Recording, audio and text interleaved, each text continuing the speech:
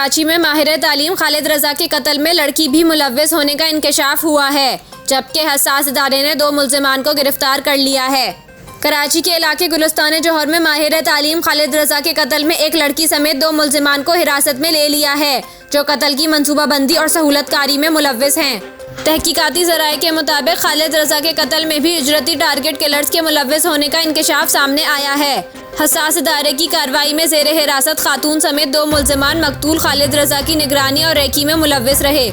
ज़राए का बताना है कि रेकी का टास्क मुकम्मल होने पर तयशुदा उजरत की रकम इनके मोबाइल फ़ोन अकाउंट पर फराहम की गई।